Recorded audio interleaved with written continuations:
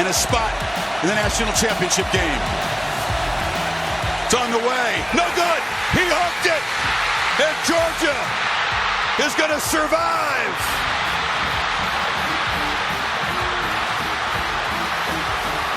At the stroke of midnight, the first few seconds of 2023, Ohio State falls one kick short. Always College Football with Greg McElroy is presented by AT&T 5G. Too much college football is never too much with AT&T 5G. Hello and welcome in. Happy New Year. Today is Monday, January 2nd, 2023, and we appreciate you being with us. We hope that you've had a tremendous weekend. What a weekend it was for college sports. It was off the charts. So much entertaining action, so many incredible outcomes. I called 2 games in less than 24 hours, both of which were incredible. I'm telling you, it was about as good as it gets. For all of us here at Always College Football, he's Mark Kubiak, I'm Greg McElroy. It has been a terrific week of bowl season. It's been a terrific week of games and matchups and performances. And of course, we're going to spend most of our day today talking about those semifinal matchups. Just epic games on both sides. I was trying to think, to be honest with you, which one was better. And I'm not sure I can choose. I'm not sure I have to choose. It's like picking between your 2 children. That's how good it was. Ohio State loses late on what was an incredible comeback. And then, of course, TCU shocks the world in some ways. Not all of us. We weren't shocked. We thought that game would come down to the wire. Ultimately, I thought Michigan would win. The TCU prevails in what was a statement game about where their program really is. Look, we're not going to take a whole lot of time just waiting to preview these games. Let's get to it. It's now time for Let's Talk About It, presented by AT&T 5G. TCU hangs on in what was a thriller in the Verbo Fiesta Bowl. Just an incredible performance. 51 points scored for the TCU Horned Frogs. What a ridiculous number. We thought this game would be high scoring. We thought it'd be a bit of a track meet. We kind of liked the over in the first half. We talked about all those things, but I don't think any of us, I know I certainly didn't. I didn't anticipate 96 total points. I thought maybe, 65, which would have been comfortably over the over, I might add. The over was 56. Yeah, try like almost doubling that, up to 96, man. It was absolutely incredible, and they finally get it done for the Big 12. The Big 12 going into Saturday's games was 0-4 in the college football playoff semifinal, and of course, all 4 of those losses were by the Oklahoma Sooners. So TCU, first time in, first time victory. They get it done for the league as a whole. It was by far the most combined points in the playoff era, with the exception of Georgia and Oklahoma, of course, that went to overtime. So either way, just a ridiculous game, all things considered. Michigan and TCU in 2019, LSU and Oklahoma combined for 91 points. In 2013, Missouri and Auburn combined for 101 points. And in 2018, Georgia and Oklahoma, the aforementioned Georgia and Oklahoma, they combined for 102 points. So really only one other semifinal game that was close. LSU and Oklahoma, of course, was somewhat close, 91 points in that game. It was action-packed there in the third quarter. Thought after the first half, hey, maybe things will kind of slow down a little bit. Maybe things will start to kind of find their way, and maybe Michigan's defense will settle in. TCU's defense, they'll start to bow up a little as well. 44 combined points in the third quarter. It was the highest scoring quarter in college football playoff history. The previous mark was the fourth quarter of the 2016 national championship game between Alabama and Clemson. They combined for 40 points in the fourth quarter. You remember that fourth quarter? There's kick return for the house. You had the onside kick. You had just really, for the most part, a track meet in that game as Alabama outlasted Clemson. But either way, 44 points in the third quarter alone. And people were sitting here thinking, yeah, I don't know, man. Michigan's kind of a ball control team. Not so much anymore. They could score.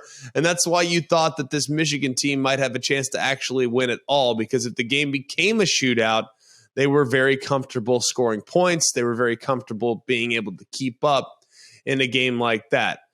This is going to be wild when we get to the national championship. But before we do, let's talk a little bit about what this means to TCU. Look, this is their first time in a national championship game, and they'll look to win their first national championship since 1938. And if the Horned Frogs do win the title, they would have gone 83 years between championships. Double check my math, if you will, because it's, it might not be perfect, but based on the way I'm kind of adding it all up, 83 years between championships. That would be the longest spans between titles in the AP poll era. The next closest, by the way, would be Auburn, who won a title in 1958 and then went on to win a title with Cam Newton in 2010. Check my math here, but that's 52 years between the two championship seasons. So it would be a ridiculous record being broken if TCU can ultimately get it done. There are coaches in the past that have won the national championship in their first year at their school. Larry Coker won it the first year at his school in 2001. Dennis Erickson won a title in his first year in 1989. Thing about those two guys, they were both at the same school. They were both at Miami. And then old Bernie Oosterbaan won it for Michigan back in 1948. Who doesn't remember the 48 season there for the Wolverines with Big Benny Oosterbaan or whatever it is. All right. Either way, Sonny Dykes, 13 wins in his first year. Only one head coach in major college football history has won 14 or more games in his first season at a school. That was back in 1892.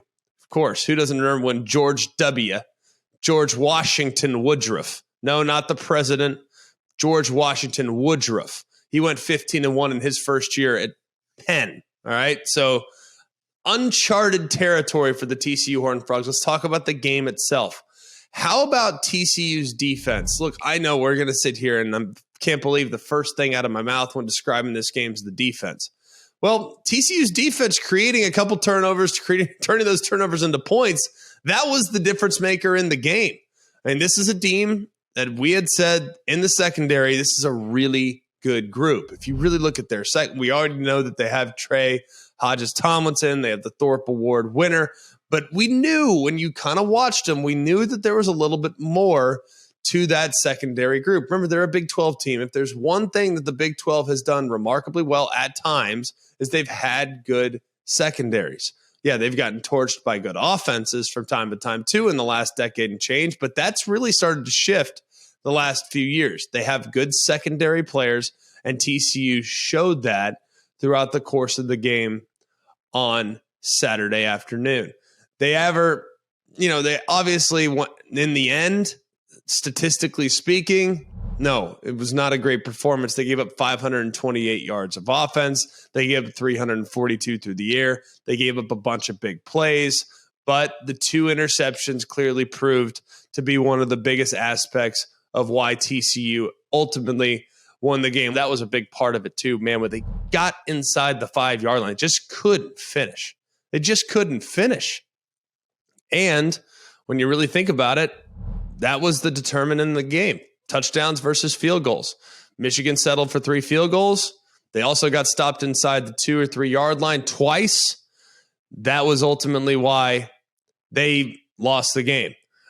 Then TCU and Max Duggan, they throw the interception. Sandra Still returns it 8 yards at the TCU 45. So they're cooking yet again. They go right down the field, 3 plays, touchdown to Ronnie Bell. Now we got a ball game, ladies and gentlemen, 21-16, and we're off to the races. Starting to think, oh boy, TCU's going to get tight, right? Like TCU's got to be getting tight at this point. Here comes the big bad Wolverines. Great second half football team. They've already outscored TCU by 10 in the first 7 minutes, 8 minutes, 10 minutes of the third quarter. Well, This was, I thought, a pivotal moment in the game for TCU to be able to answer with the Amari DeMarcado 1-yard touchdown run and what was a really solid drive. But it all set up, obviously, on the long throw from Max Duggan to Quentin Johnson to 46-yard gain to get you inside Michigan's 30-yard line on the first play from scrimmage. That was a tremendous response. And then, of course, again, you pick off J.J. McCarthy again. D. Winters gets it this time, and he takes it to the house. Now it's 34-16, and Michigan's going to be in comeback mode from the very beginning. Michigan answers. J.J. McCarthy with that 20-yard touchdown run after he had that long run down the right sideline. Now it's 34-22 after they failed on the 2-point conversion. Then, been a theme right here, at least here in the third and fourth quarters. As soon as Michigan gets some positive momentum, TCU pulls it right back. DeMarcado, that 70-yard run, and then Max Duggan finishes it off with a 1-yard run. Back and forth game at this point. Ultimately, at the very end, it wasn't to be. I thought the end of game sequence was unfortunate. I felt bad for Michigan with how it ended, but ultimately TCU was the better team. I know an errant snap is never how you want to see the game end. And if I'm going to be completely honest, I thought it was targeting at the very end. I really did. I thought he led with the crown of his helmet. I thought he caught at least a piece of the ball carrier. And I thought the officials got that one wrong as well. So there were two critical mistakes, at least, in the ball game by the officials. One, I don't think Michigan deserved to get bailed out either at the very end, I might add. Had they had the targeting, it would have been a complete bailout, and that would not have been well-deserved. On 4th and 10, you have a miscommunication, you have an errant snap, and you all of a sudden are rewarded because the defender had poor tackling fundamentals. I wouldn't have been cool with that. So either way, Michigan loses the game. TCU was the better team, and they'll now go out and try to win their first national championship in 83 years. The Georgia Bulldogs punched their ticket to the national championship by pulling off a remarkable comeback in the fourth quarter, knocking off the Buckeyes on the strength of a terrific 2-minute operation from Stetson Bennett and the Georgia offense. This was awesome. This game was incredible. And when you look at that game in particular and what a national championship would mean for Georgia, what a national championship would mean for TCU, I think Georgia, everyone's going to say obviously it would mean more for TCU. Georgia won the last year, but to win back-to-back national championships for the first time in a decade, the last team to do it was Alabama in 2011 and 2012. So it's been a while since this has actually gone down. But either way, man, I'm telling you, very exciting game there in Atlanta in the Peach Bowl. I want to first start by giving tremendous credit to the Ohio State Buckeyes. I thought they played a beautiful game. I did. I thought they played so well. I'm going to tell you exactly where they screwed up in a moment, but they played so well in the game. They really did. And I thought Ryan Day, you can make a case it was his best game as Ohio State's head coach. You really could. He called a terrific game with the exception of a handful of plays. We'll get to those in a moment. But Ryan Day had his team ready to play. He had his team ready to take advantage from a skill position standpoint against Georgia. And if there's one thing that we learned, Georgia's secondary got a little bit exposed. It had been a question about Georgia all season long. We thought it'd get exposed maybe against Tennessee.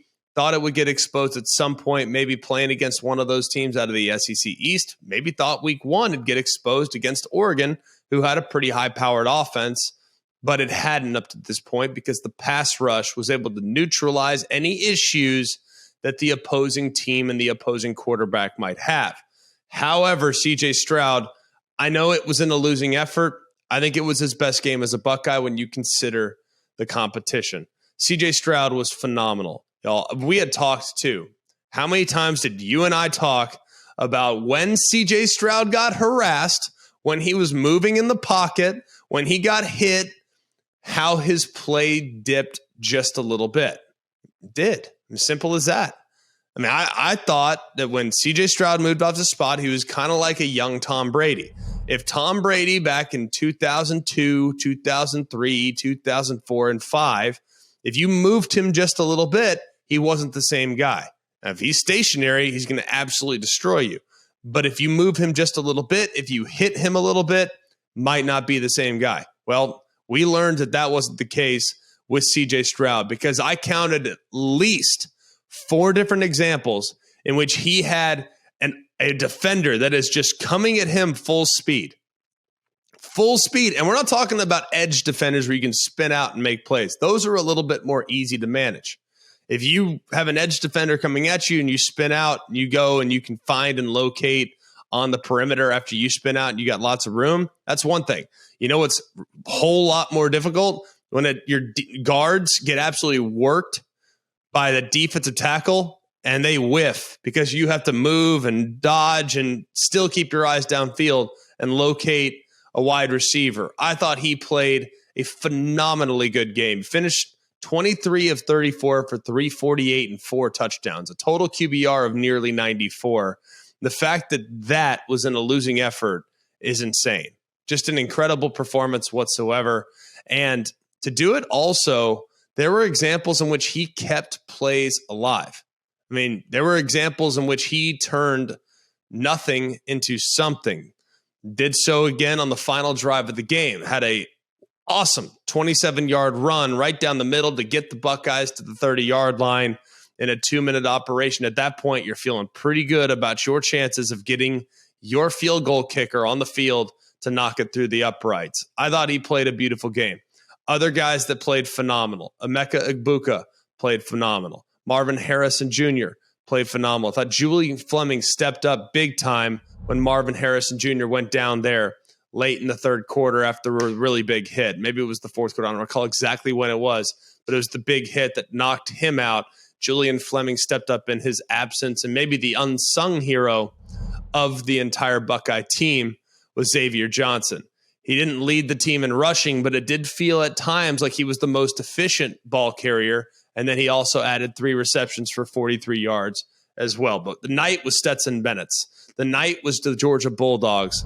They ultimately did what it had to be done to win the semifinal game against the Buckeyes. Stetson finished 23 of 34 for 398 and 3 touchdowns against just that 1 interception. That 1 interception was big early. It was a bad decision, but it was created by that Ohio State pass rush. They forced him up into the pocket where I don't think he could see really well. I thought all game long, Ohio State's pass rush did a really good job of containing Stetson Bennett.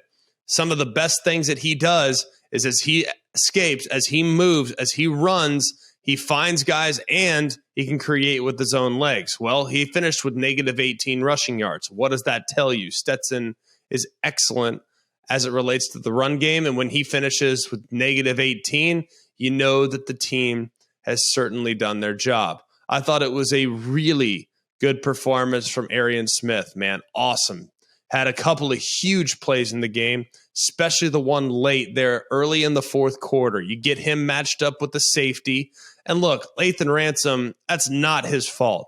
I mean, you get the fastest wide receiver on Georgia's roster matched up with the safety, that's go time when you're the starting quarterback. Like, you know, I'm taking that shot. I'll take that chance. That can't happen. Those matchups for Ohio State absolutely cannot happen. It felt similar, frankly, in some ways to 2020 when they played against Alabama in the national championship. Tough Borland was the guy that constantly got matched up against Devontae Smith and the Bama wide receivers. He was a middle linebacker. That's not a good matchup. Similar thing happened. Actually, Arian Smith was matched up with Tommy Eichenberg in a Tampa 2 situation. 2 safeties go wide. Middle linebacker takes the middle third. Well, guess who's running down to the middle third? Arian Smith. You get a linebacker on the fastest wide receiver. That's bad ball for the defense. Lathan Ransom, for example, you get a safety on the fastest wide receiver with the receiver going vertical and no help over the top. Guess what? That's bad for business. Lathan Ransom falls down. He catches it. He's out the gate for a long score. Actually, a 76-yard score to be exact. So that was a massive play in the game. The run game, I thought, for the most part, in the first half was off the charts good. Of course, they created a couple big plays. McIntosh got out before he got tackled by the turf monster. And then, of course, Dejon Edwards, I thought he did a pretty adequate job as well. Ultimately, you take away the negative rushing yardage from Stetson Bennett as a whole. And, of course, Brock Bowers lost a couple yards there running the football as well.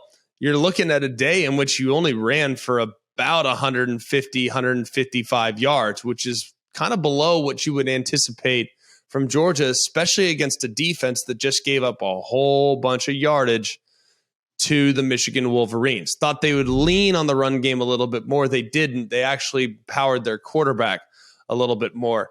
Couple of key moments in the game. We've already talked about the touchdown by Arian Smith. We already talked about the interception, which was a bad decision from Stetson Bennett trying to force it on the back shoulder when he should have thrown it up and over the top and allowed McIntosh to run under it. But the worst moment of the game by a mile, and it's not even close, was what happened in the final drive for the Ohio State Buckeyes. The first 7 plays, or the first 4 plays on the 7-play drive, phenomenal. Absolutely phenomenal. CJ Stroud gets a run, 42 seconds left, gets a run for 5 yards, gets the drive started. Then he completes a pass to Julian Fleming. Then he has that really nice run that gets them down to the Georgia 31-yard line after nobody was home. I mean, the Red Sea departed and everybody and their brother was out in coverage. Well, there was nobody on the quarterback. He took off and turned it into a big gain. At that point, they're already in field goal range, or they're at least close to field goal range, considering their kicker Ruggles had already made from 48 just a couple plays earlier. Here's where the problems ensued. Georgia called timeout. All right. When you're at the 31-yard line, I'm just telling you this as someone that has played the game both in college and the NFL. The first thing I'm thinking as a quarterback when I get to the 31-yard line is they're going to bring pressure. Why are they going to bring pressure? Because they have to knock me out of field goal range. I already know I'm in field goal range. I already know it. So what are they going to do? They're going to bring pressure to try to knock me out of field goal range. All right. So I know that. And to double down on that fact, Georgia calls timeout at that point so they can set their pressure packages. Okay. When Georgia calls timeout, what do you think's happening? He's going to talk to his entire defense. Hey guys, we got to heat him up. We got to knock him out of field goal range. This is going to be the pressure on first down. This is going to be the pressure on second down. This is going to be the pressure on third down. Make sure everybody's good. Go out. Hey, don't be afraid to, if you got to do what you got to do, to make sure that we can force these guys behind the line of scrimmage. So they go on the field knowing it's going to be pressure. And what does Ohio State try to do? They try to run a stretch zone right into pressure on the left-hand side. Terrible call. They end up losing 1. Now, hey, Georgia just showed their hand. They're bringing pressure. What do you decide to do? You decide to throw a slant on the next play to the inside. One of the few plays I felt all game long where Keely Ringo did a pretty good job in coverage. But why? Well, they're bringing the heat. They got inside leverage on the corner on the outside. Why are you running a slant? When you have blitzers, you want to throw to either slot receivers or you want to throw out-breaking routes. Why? Because of inside leverage. They try to throw a slant to the outside on the right, incomplete, 3rd and 11. Now you're way behind the sticks. You absolutely have to get positive yardage here on 3rd down, or else you're going to expect your kicker to kick a 50-yard field goal under the most immense possible pressure. And by the way, we're in college. You don't have, Justin Tucker going out there who's going to drain it from 60. You have a college kicker. Well, what do you do on 3rd and 10? You have run around. It's just an awful design. Awful. That was butchered. I don't know how else to tell you. Those final 3 plays by the Ohio State offense, completely butchered. I thought they could have called such a better play on both 2nd down and on 3rd down to force the Georgia defense to defend a much shorter field goal from Noah Ruggles. Noah Ruggles, I'm sure, is getting destroyed. It's not his fault. It's on his coach, and it's on his offense's inability to execute when you're obviously going to be facing a blitz package from Georgia. Either way, Georgia survives, Georgia wins, and it was just an incredible 2-minute drive right down the field. We already documented that route by A.D. Mitchell to ultimately win the game, but Stetson Bennett at that point was not playing very good football. Really, in the second and the third quarter, he started the game 9 of 10. The second and the third quarter, he kind of went to sleep a little bit, finished 3 of 11 there in that next sequence. And then ultimately he got things going as the game went along. Did have a couple penalties, but either way, man, just an incredible performance from him, a resilient performance from him. Threw for nearly 400 yards in the process and engineered a drive that they will remember forever around Athens and around the entire state of Georgia. Let's Talk About It is brought to you by AT&T 5G. Too much college football is never too much with AT&T 5G. This episode is brought to you by AT&T 5G. Fast, reliable, secure. Is checking your team's stats at 2 a.m., watching highlights while eating with buddies, or catching the game during a wedding all too much? Nope. Because too much college football is never too much. And AT&T 5G keeps you connected all season long. 5G requires a compatible plan and device. 5G may not be available in your area. See AT&T.com/5G for you for details. All right, moving on now to a game we play just about every single Monday. It's low-hanging fruit. Coobs, kick it off. All right, first one. Between the bowl games on Friday and Saturday, this bowl season is the best bowl season of all time. Low-hanging fruit or truth? It's got to be truth. And part of the reason why, and look, I'm a prisoner of the moment, right? We all are. Okay. But think about how this bowl season started. All right. Miami, Ohio played against UAB, and they had a play at the end of the game that resembled the Super Bowl when the Titans were stopped on the 1-yard line. So that's how the bowl season started.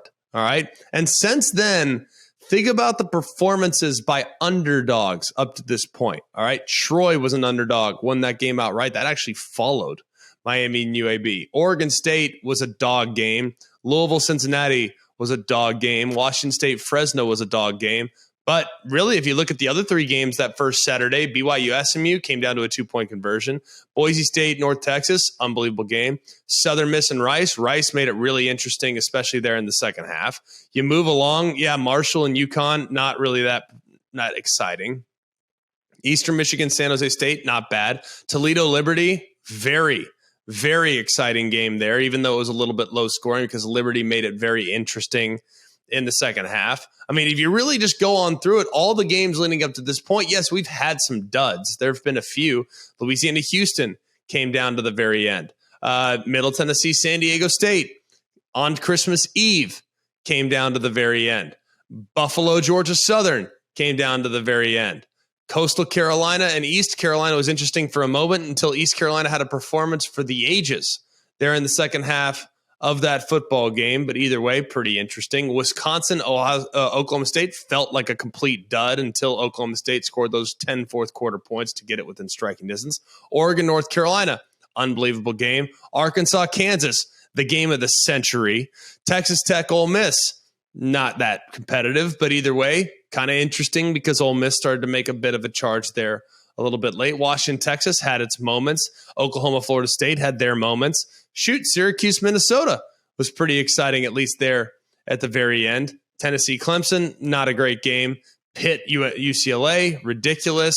Maryland, NC State, ridiculous because it was never not a one-score game. Notre Dame's comeback against South Carolina was unbelievable. Ohio and Wyoming goes to overtime. And, of course, you have these semifinal games. I mean, give me a break. Like, what more could you ask for? I mean, it really was highly competitive from the very beginning. And the best part, we still have several games today. So hopefully those will deliver the same way those did throughout the last week and a half, 2 weeks. So good. So much fun. All right, next one.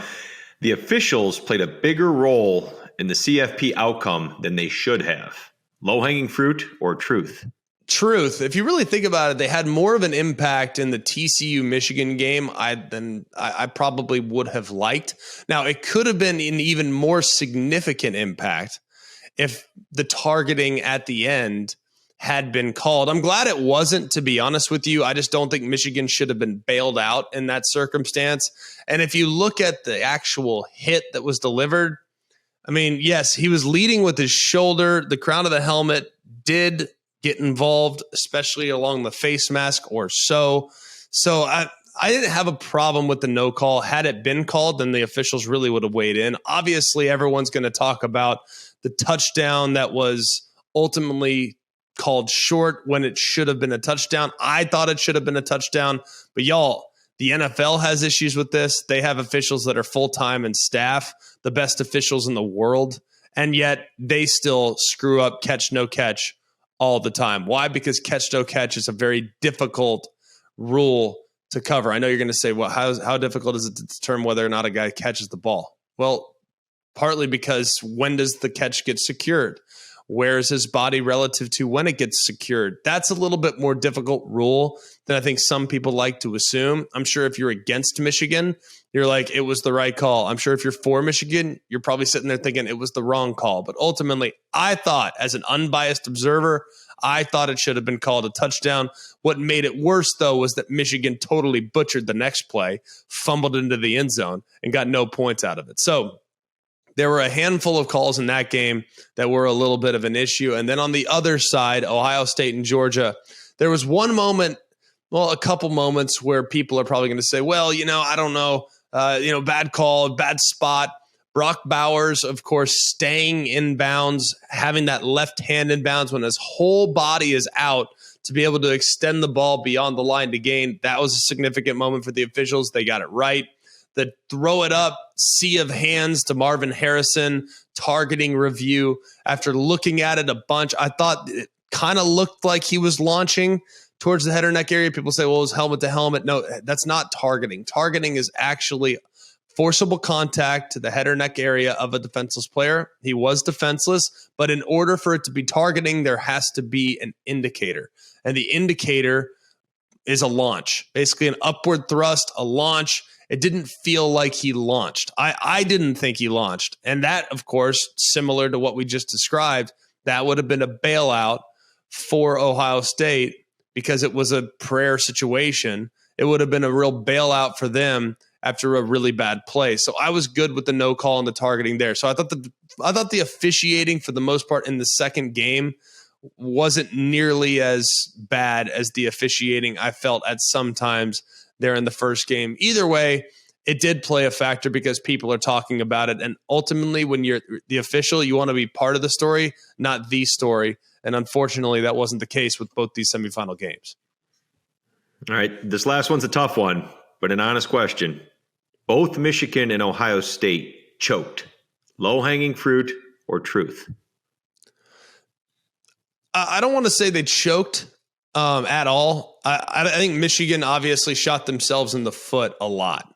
There's no denying, but is that considered choking? Because I feel like that's doing a disservice to both Georgia and TCU. TCU played really well. I mean, TCU forced those interceptions.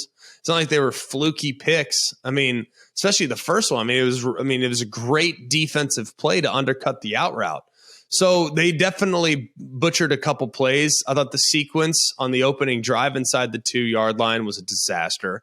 I thought the fumble, obviously, after the ruling overturned the touchdown, was a disaster and a dumb call because that's a quick exchange that happens when a lot of chaos is going on. So I thought those were dumb calls. So if you want to quantify that as choking, go ahead. I don't view it that way personally. But I just view it as, man, I can't believe they shot themselves in the foot as often as they did. But ultimately, man, they were still competitive. I mean, they were coming back in the game. Just every time they got close, TCU would have an answer. So I feel like if you're saying that one team choked, you're kind of taking away from what the other team did. And I want to give more credit to TCU than I want to do bury Michigan. And on the other side, Ohio State, the 3 plays that we talked about at the end of the game, still, even if you gain 3, 4, 5 yards of play, you're still having to kick a 35-yard game winner as opposed to a 50-yard game winner. So, yes, that was a butchered sequence there at the end of the game. Yes, Ohio State definitely played poorly in the fourth quarter of that football game, but that would be taking away from what Michigan did. Or, taking away from what Georgia did. Georgia played really well there in the fourth quarter, and they took advantage of the mistakes that Ohio State made. So, I don't think it would be fair to say that those two teams choked. I think like I said, I never say choke. I always try to give credit to the opposition. I'll tell you when it's time to be critical as well. But ultimately, I can't sit here and give you the they choked it away nonsense. I just think that's low-hanging fruit. Every college football season, Goodyear knows the importance of winning on the road. The road will always demand confidence, the confidence to handle whatever the journey brings and to perform under tough conditions. And just like the players and the fans of college football, Goodyear is ready. Are you ready for the road? Visit Goodyear.com to find the right Goodyear tires for whatever road you're on this season. Goodyear, more driven. All right, final thought. We're not going to spend a ton of time on this game because it wasn't a super competitive game. But how about Bryce Young and the performance from the Alabama Crimson Tide there in the All-State Sugar Bowl there on Saturday morning, man? It was ugly early. It was ugly early. It was real ugly. As Kansas State got out to a really big lead, everyone's starting to sit there. I got buddies blowing me up. We don't want to be here. We look awful. Wear me out. But it was a really strong both second quarter and third quarter performance to distance themselves from the Kansas State Wildcats. You guys all know how much I respect Kansas State. They're awesome. I have nothing but love for the Wildcats. I have nothing but love for Chris Kleiman, but the day was Bryce Young's and the day was the Alabama offense. I thought Bryce Young missed a couple throws early, but man, if you look at how he played down the stretch, he did miss his first couple throws, but man, he finished 15 of 18 after he missed those first few. So to play that well and going for 5 touchdowns, hitting receivers downfield, I thought Jermaine Burton, you could make a case he had the best game that he's had in an Alabama uniform. But Ja'Cory Brooks, the touchdown throw to the back right corner was insane. I thought Bryce Young played as well as he's played all season long, and that's certainly saying something because we know just how good Bryce Young has been throughout the course of his career and what it means to Alabama to see him on the field and to play at a level like that. It says an awful lot about his personal competitive temperament. It says a lot about what he wanted to do as a competitor to go out and finish the right way amongst his teammates. I didn't think defensively they played great. There was definitely a few things that they wanted to clean up, especially in the first drive or so. They gave the big run to Deuce Vaughn. That was a 88-yarder out the gate. But other than that, man, I thought they did a really good job. They made life very difficult for Will Howard. They got their hands on a couple passes. And really outside of the one long run from Deuce Vaughn, they held him to 21 carries for about, 50 yards or so. And it's pretty good. However, you can't give up the big one. Either way, Alabama showed that they are a little bit like that 2015 version of Ohio State. If they had gotten in the playoff, who knows what kind of damage they would have done. Remember that 2015 version of Ohio State? They lost to Michigan State early in the season. It was a horrible performance, and they looked bad in the process, but ultimately they ran roughshod through just about everybody after that loss. Well, that's kind of what Alabama did down the stretch. They didn't play great against Ole Miss, but they found a way to win, and they absolutely rolled everybody else and left no doubt in a bowl game in which people were wondering whether or not they wanted to be there. Alabama will be back. Alabama will be a factor in 2023 and beyond, especially with some of the young players that they have returning to the roster. But I can tell you this, my goodness, the shoes that you're going to have to fill at quarterback could not be any bigger. That'll do it for us here at Always College Football. Please like, rate, and subscribe. I really appreciate you being with us. It's been awesome documenting the semifinal games. It's been awesome documenting the bowl games. We have had a blast all year long, but we're not done. We still have a week before we crown a national champion. So we're going to be live from Los Angeles starting this weekend. We're going to do a live studio audience show at some point. We don't know the details just yet, but it's going to happen. So we look forward to you guys being there, asking us questions. If you're going to the national championship game, keep it locked in right here. I'll tell you where you could find us because I don't know at this point. I'm just glad to be back in my house. I don't know how I found my way home after being in Bristol and then Miami and then Atlanta.